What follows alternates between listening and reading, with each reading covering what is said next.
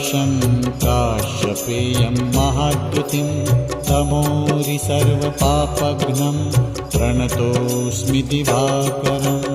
ॐ ह्रां ह्रीं ह्रौं सः सूर्याय नमः।